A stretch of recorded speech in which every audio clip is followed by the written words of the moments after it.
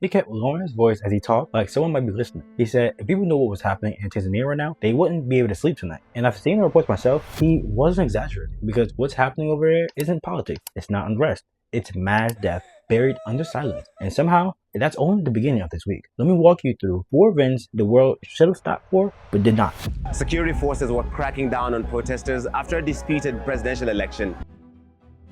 You ever hear numbers so big that they stop feeling real? That's what it feels like reading the new CNN investigations out of Tanzania. It started after President Salma Hassan won re-election with 98% of the votes. 98%. And when thousands of young people poured out into streets, called it rigged, the government didn't respond with riot shields. They responded with bullets.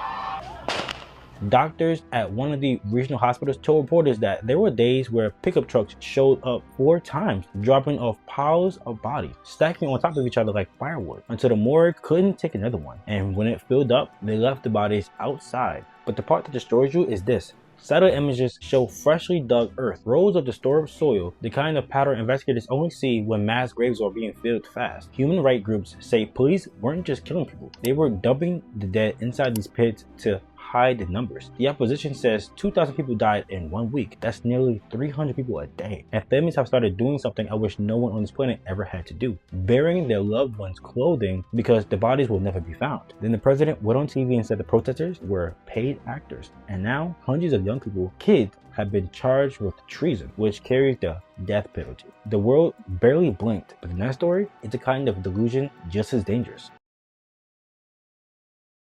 This next part sounds fake until you see the court documents. 2 men in Texas, a 20-year-old and a 21-year-old, were literally planning to invade an island in Haiti.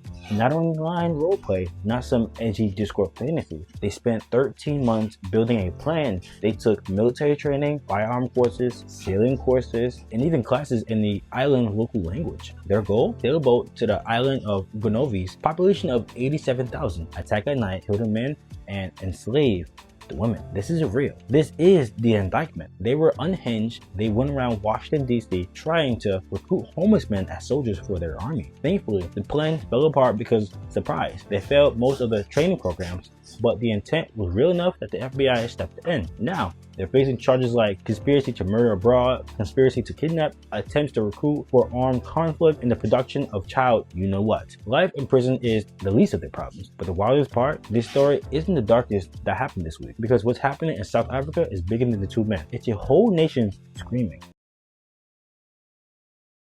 South Africa didn't wake up today and suddenly have a violence program. They've been living in one for years, but today they finally snapped. Thousands of people flooded the streets across the country. Mothers, fathers, kids, teachers, demanding that the government admit the truth that they've been avoiding for a decade. Gender-based violence in South Africa isn't a crisis, it's a national disaster. Last year alone, 5,500 women were murdered, 1,600 children, some barely old enough to talk. Their femicide rate is 5 to 6 times the global average. Let that sink in. For years, activists begged the government to declare an emergency, protest, report, court filing. Nothing worked. Until now. This latest movement, started not by politicians, but by everyday people, exploded across the country. The petition faced 1.1 million signatures and the government finally broke. Today, they officially declared gender-based violence a national disaster. Some say it's a performative, some say it's political, some say Formosa just didn't want riots. But for millions of women, it's the first step towards being seen. Whether it changes anything, that's the real test. And now, for the last story, something massive, something global, something that could set off shockwaves for years.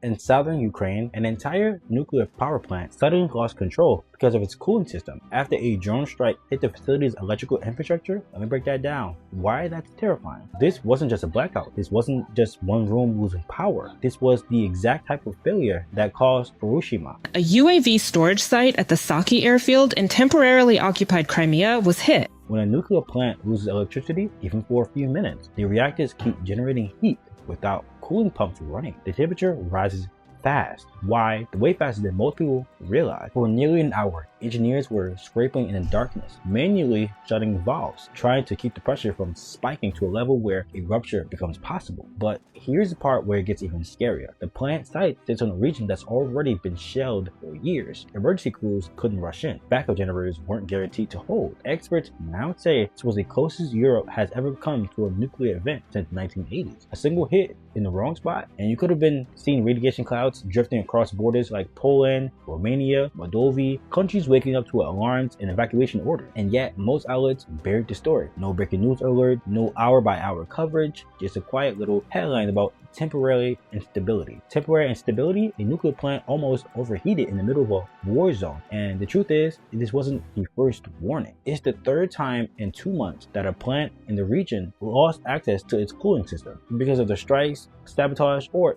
infrastructure collapse. 3 times. Experts say the pattern is clear. Someone out there has realized you don't need a bomb to cause a nuclear catastrophe. You just need to kill the power. So while the world is arguing about politics, a nuclear disaster almost happened in silence. And next time, we might not get that hour to stop it.